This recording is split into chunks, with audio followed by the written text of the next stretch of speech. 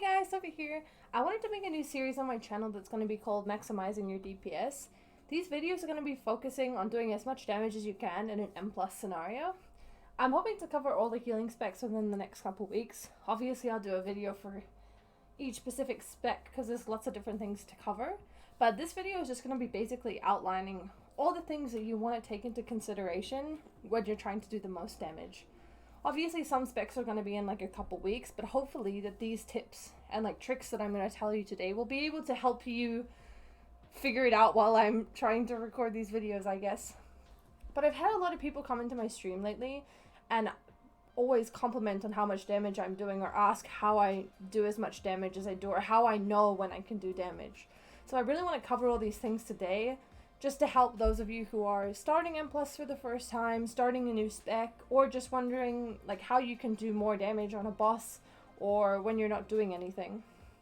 But I do want to say that the very first tip of doing as much damage as you can in M+ is your ABCs, basically. Always be casting. Whether you're casting a heal, whether you're casting a damage spell, you don't want to have massive amounts of downtime when you're in M+. That is the key. And most of the time you want to try to sneak in a damage global whenever you can. Whenever you have time, whenever someone's not taking damage. Or even if you're just like starting the pull and your tank's not taking any damage, that's the perfect time to try and front load as much damage as you can. But I'm going to start off by talking about covenants. First of all, the thing with covenants is that they have a massive part of your damage. Like some covenants are crazy for different specs. They're really good for different keys. So I'm going to dive into that right now. But depending on the class that you're playing, some covenants are definitely better for pure HPS and survivability, whereas some are much better at maximizing your damage and having a really big impact on the key. So I'll kind of bring an example. Like let's talk about Kyrian versus Venthyr Paladin. Kyrian has much better HPS sustain, but it loses out on the massive damage that Ashen can bring every 4 minutes. Ashen is absolutely massive for your overall damage, and it kind of excels in the specific damage on packs and bosses, or things that need to die really quick, or they have a really big healing requirement. Ashen is such a big tool for paladins, especially in high M+. Like, let's just talk about first boss of Plaguefall for an example, right? If you get the Necrolord buff, plus you take the red slime to the boss and you stand in it, if you stand in that red slime while you're ashening during Lust with the Hammer of Wrath, Lego, and the Wings, you're absolutely gonna dumpster that first boss of Plaguefall. Like, that is such a specific, boss that I think, I don't know, like, Venthyr shines over Kyrian. Obviously, Divine Toll does some damage, but that boss in particular is one boss where I really notice that my damage skyrockets. So yeah, I think that's kind of an example of what I'm talking about when it comes to covenants. But it's also the same for Holy Priest. Holy Priest can play any covenant in M+. It doesn't really matter. It doesn't have a super big impact on your class or how it performs. But for instance, Necrolord really shines in terms of HPS and like survivability. Like Fleshcraft and all of the conduit trees, soulbinds, they're really good for survivability, but they don't really provide any kind of damage increase to the spec itself. But like if you look on the flip side, or sorry, on the other side I should say, Kyrian provides really consistent damage for Holy Priest. Like the Accelerator dot is really big, Boon is really big, it provides great AoE and also a really great like damage on bosses. So like if you were to pick a covenant for Holy Priest that does more damage, you'd obviously just go with Kyrian. Unfortunately, not all people like playing the covenant that does the most damage, so I'm going to talk about other things that you can do to maximize your damage if, for instance, you really don't like playing Kyrian Holy Priest, because Kyrian Holy Priest really disrupts your rotation, whereas in this video that you can see right now, I'm playing Necrolord. For one, we needed a Necrolord for this key, so sometimes you obviously won't switch your covenant because you need to be something for the specific like dungeon buff. But the thing I find about like transfusion is basically, it's not called transfusion, I'm trolling, but basically the thing is it doesn't disrupt your rotation at all. You put the dot out, and while the dot's out, like everybody who's doing damage is going to get healing. You're basically not disrupting any kind of rotation you do, so you can Holy Fire, Smite, make sure your dot's up, Divine Star to try and get some AoE damage, you can Holy Nova, that kind of thing. But like when it comes to Boon, basically your entire rotation changes and you're basically just full funneling into your Boon, whereas healing the tank if you don't have a stack of like Serenity, there's not a lot you can do. But that's kind of what I mean where it comes to Kyrian, like disrupting your playstyle. And some people might not like that, so we'll cover other ways to do more damage. But then for my final example, Resto Shaman, Necrolord vs Kyrian, obviously Vesper Totem Lego provides massive amounts of AoE damage and consistent damage on bosses, whereas Necrolord is the same as Holy. It's a great HPS covenant, great survivability, but again, you suffer for damage as, like, basically, you do negative damage, whereas Kyrian, you just do massive, you can do massive damage with Mechanicos, so, yeah. But basically, I don't want people to feel like they have to get pigeonholed into playing a covenant that they don't like. Obviously, you're all going to know that at the end of the day that that's going to have a really big impact on kind of why you're not doing as much damage as you could. But there are people out there who don't want to play specific covenants because they don't like the feeling of the playstyle. So we're going to talk about knowing incoming damage. That's a really big part of doing damage in a key. So basically, this is just knowing when to heal versus when to do damage, but it comes from literally just your basic dungeon knowledge.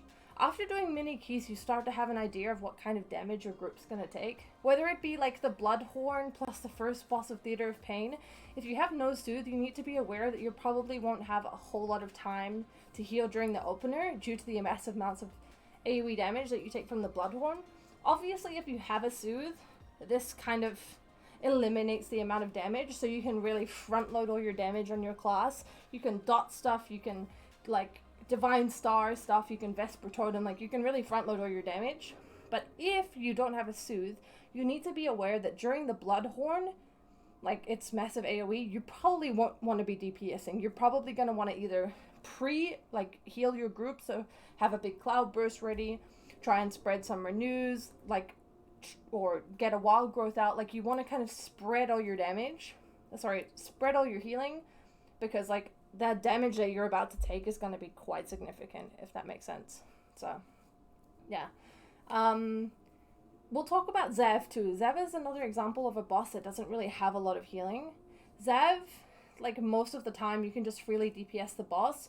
The only damage that's really incoming is the massive AoE when he does the slam, but he also does like tank damage. So outside of like healing your tank during the tank damage, or like the massive slam that he does, you can basically just freely DPS the boss or the banners to help your team take down the boss quicker. But like there are definitely different fights that have a much higher healing requirement, like DOS for example. Most of the bosses in DOS are pretty healing intensive, so your damage, you'll kind of notice, will be quite a bit less. Like if you take like DOS for example, and then you take Mists, the second boss of Mists, you're basically only having to heal during the guessing game phase. Outside of the guessing game phase, basically it's just a free-for-all for doing as much damage as you can, unless you're CCing like the Fox. But like some fights have moments like this where there is really little healing requirement, or you can get away with riptiding, renewing, like putting out some hots on the druid, like, and then just full sending into DPS. But I think like DOS is one of those dungeons where like all 4 of the bosses basically have a massive healing requirement. So I would say DOS is one of those dungeons where you just should be kind of aware that your damage might be a little bit lower. Also, it seems that like pugs struggle quite a lot with DOS, and therefore people take a lot of damage throughout that dungeon. So I wouldn't worry too much if your damage between, let's say, a Mists or a Halls is different to your damage in like a DOS or a Sanguine Depths or something. So, but obviously knowing incoming damage is a little bit more difficult when pugging, because sometimes pugs will accidentally stand in the swirly, miss an explosive, or miss extremely crucial kicks, which can also result in people taking more damage than intended.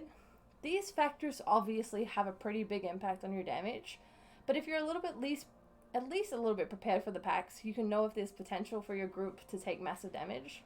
Like, knowledge of basic packs in a dungeon helps quite a lot. Like, Sanguine Depths, there's a lot of packs in Sanguine Depths that have the potential to do massive damage, or they also have the potential to silence you if your group misses a cursive suppression kick, for instance. So if you go into these packs knowing there could be a chance where you're actually silenced for 5 seconds, or there could be a chance where there's a lot of dots on people because they've missed kicks, or people are also getting funneled into, like with the wicked bolts and stuff. If you are at least a little bit prepared, you can kind of just front load all your damage. Like literally you can just try and get as many chain lightnings out, get your Vesper Totem down, like really funnel into the pack before it starts getting out of control. Obviously it's hard because like sometimes pugs will accidentally take damage or they'll miss a kick, and like all this stuff can kind of make it worse for you. But if you try to get as much damage out at the start, try and like front load all your dots, get your totems out, or get into cat form, maybe blow your Convoke, depending on what you're playing. This can kind of help you kind of pick the group back up when things start going bad, if that makes any sense at all. But like sometimes you can also LOS stuff. If you're well aware of the fact you can LOS, sometimes you can sneakily hide from the Curse of Suppression, or you can hide from a dot being targeted on you. So like this also will save you some time from like being silenced. So either you can heal when you're not silenced, or you can do damage when you're not silenced. So knowing things like this, especially bosses, really helps you make sure that you do as much damage as you can.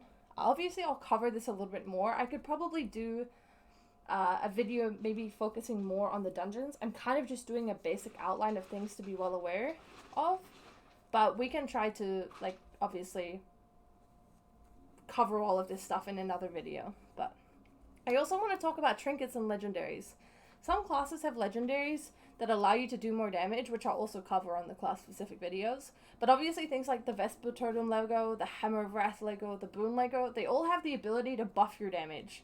So if you're super wary what Lego you could potentially run, that can also help you maybe maximize your damage if you're maybe running a more healing intensive Lego. Like, I talk to people sometimes about the fact I play Boon Lego on Holy Priest, which people are like, man, why would you not run the healing Lego? Well, sometimes I'm aware of what kind of like boss damage and like AoE damage, also like my group comp, so I can kind of run that Lego. Obviously that Lego is really super inefficient for Holy, but sometimes like if we're just trying to push a key and I know the kind of healing requirement, I'll just run that Lego to try and help do a little bit more damage throughout the key. I also really enjoy playing that Lego, but like some instances the damage Lego might not be what you want to play. But if you're aware of it, then you can kind of also, maybe if you're really comfortable with mists, you can go and do a mists with like a damage Lego. But if you're an SD and you're a little bit less comfortable, you can wear a more healing intensive Lego in those kind of dungeons. But also something to keep in mind is trinkets. Some classes prefer having 2 stat stick trinkets, like having the Gland or having a Changeling or something like that, which can also just buff your damage. But also sometimes people could run like an Ooze or the trinket from the Mailman in Tazavesh. Like sometimes there's little trinkets that help you do a little bit of damage, and they can also have a really big impact. I wouldn't suggest focusing on running trinkets. I'd probably just focus on the other things that you can do to make it better. But like if you are aware of these things, again, and you're really comfortable with the dungeon and you don't need the extra stats, maybe you could run an Ooze from Plaguefall or something, just to help you, you know, have a little bit of extra damage. And finally, I'll talk about talents. Some classes have talents that also buff their damage, like Paladin, Holy Priest, Disc Priest.